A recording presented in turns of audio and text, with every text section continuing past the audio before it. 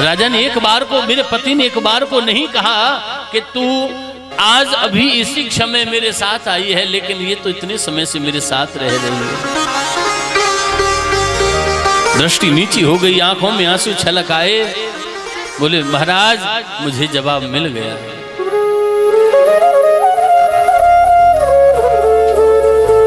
सुनीति के हृदय में भाव आया, जब राजा को ही मेरी चिंता नहीं है तो इस अभी की आई, इससे मैं क्या उम्मीद करूं। आज चलने लगी, सुरुचि बोली की गोली लगा रही है, खबरदार जो मेरे घर में प्रवेश किया।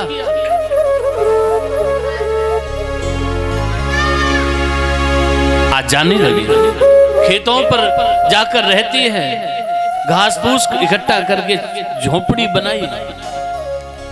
भैया खाने के लिए कुछ समय तक जो जाते रहे, लेकिन कुछ समय बाद वो भी जाना बंद हो गया। एकांत में बैठी, वाह समय की बलिहारी, कैसा करवट बदला। एक समय था कि महारानी हुआ करती थी, तमाम दास दासियां सेवा में थी, लेकिन आज कोई भी साथ में नहीं। समय जब करवट बदलता है तो कोई भी स्थिति, कोई भी हालात कुछ भी साथ नहीं देता। सुनीति ने मन में विचार किया, मेरी जो किस्मत में था मुझे भोगना पड़ेगा। समय व्यतीत होने लगा। एक दिन महाराज उत्तानपाद शिकार खेलने के लिए गए, रात्रि का समय।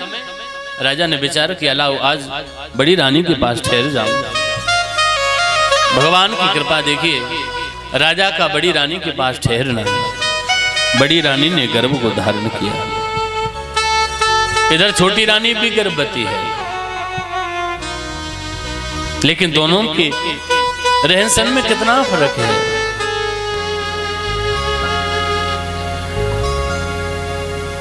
दोनों ने एक एक पुत्र को जन्म दिया। एक राजकुमार शब्द से संबोधित होता है और एक के लिए कोई भी उपाधि नहीं है। एक राजकुमार कहा करके पलने में झुलाया जाता है, और एक दुखिया का लाल कहा करके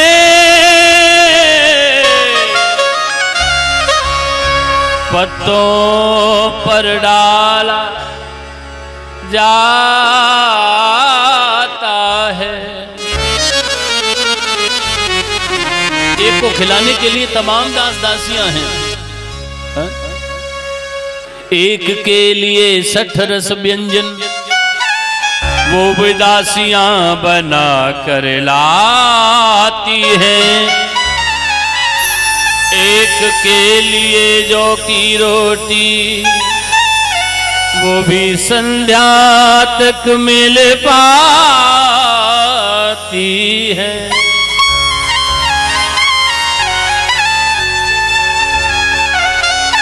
दोनों भैया बड़े हुए।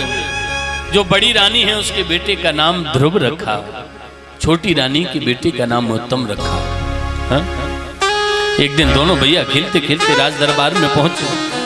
उत्तम गए, जाकर उत्तानपाद की गोदी में जाकर बैठ गए। ध्रुव ने भी देखा। आप जानते हैं जो छोटा बालक देखता है वही करता है। उसे ऊंच नीच अपना पराया का ज्ञान नहीं होता। ध्रुव ने भी गोदी में चढ़ना चाहा, लेकिन पास में बैठी सुरुचि को ये बात अच्छी नहीं लगी। पकड़ा, हाथ दिया, झटका पटक दिया मन से नीचे। अरे दुष्ट कहां सर पे चढ़ता जाता है? तुम छोटे लोगों को थोड़ा सा सहारा क्या दे दो कि सर पे चढ़ने को भाग। अगर तुझे इस गद्दी पर बैठना है तो तुझे बहुत परिश्रम करना पड़ेगा। क्या कहा? तपसा आराध्य पुरुषम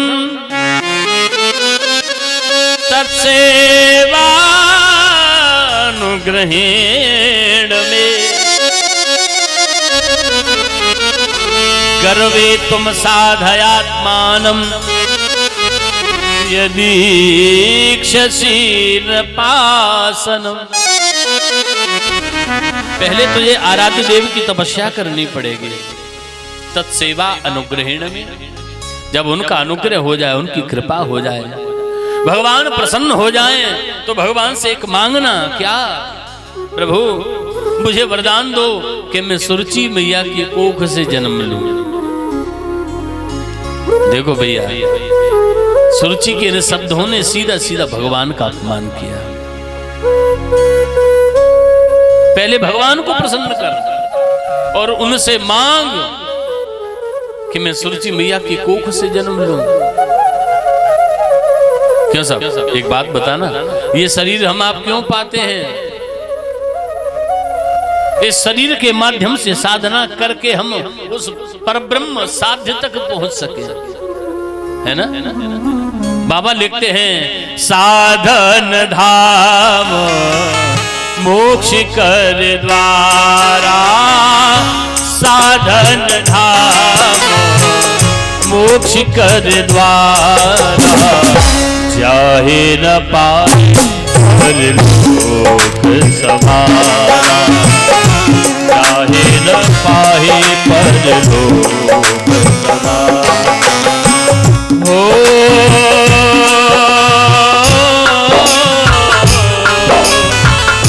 साधन धाम मोक्ष कर द्वारा, चाहे न पाए परलोक समारा, चाहे न जाए परलोक सुधारा।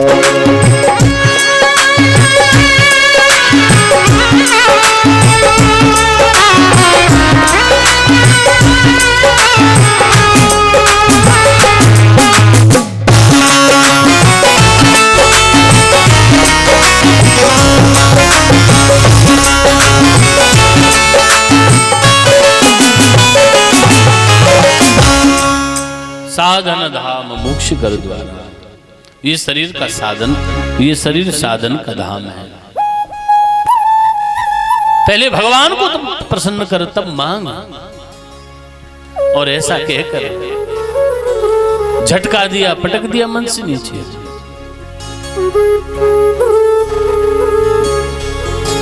ध्रुव जी महाराज ने देखा, आप जानते हैं, चाहे छोटा हो या बड़ा हो, मान अपमान तो सब जानते हैं। हित अनहित पशु पक्षी जाना, माताएं जानती हैं। महीना, 2 महीना, 4 महीना का बालक, 10 महीने का बालक, अगर उसको प्यार से पुचकारोगे तो वो भी खिलखिला के हंस उठता है? जबकि वो जानता नहीं है कौन अपना है कौन पराया है।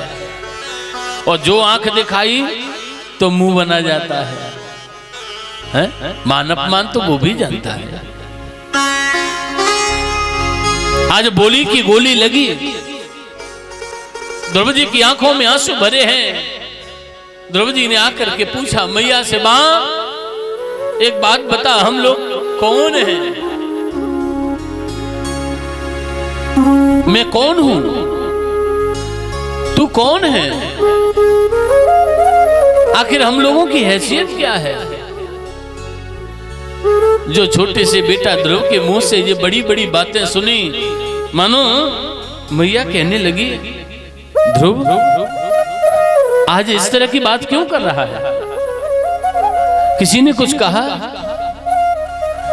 ध्रुव जी कहते हैं, मां तुम्हें आज बताना पड़ेगा तुम कौन हो। मैया सुमित्री ने कहा, बेटा मैं तो दासी हूं। मां तुम दासी हो? मैं दासी पुत्र हूं। एक बात बताओ, सबके पिता हैं, मेरे पिता कहां हैं?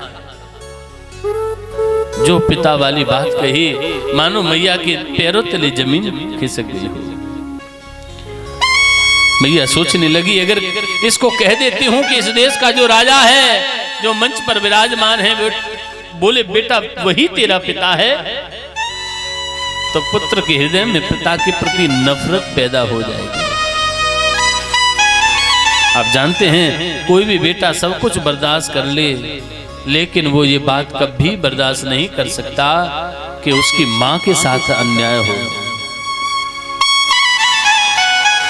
अगर मैं किसी और पुरुष की तरफ संकेत कर देती हूं तो मेरे चरित्र में दाग आएगा, दोष आएगा। मैं क्या करूं? किम कम कर्तव्य विमूढ़ वाली स्थिति हो गई। तुरंत भैया को ध्यान आया, हर स्त्री के दो पति होते हैं भैया, एक आस करतार की, दूजी आस भरतार, जिंदा पे भरतार है,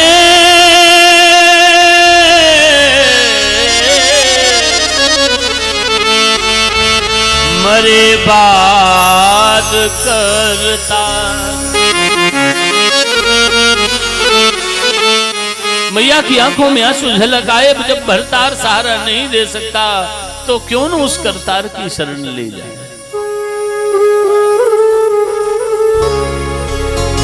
मैया की आंखों में आंसू झलक आए, काश मेरे प्रेम को मेरे पति ने, मेरे महाराज ने समझा होता।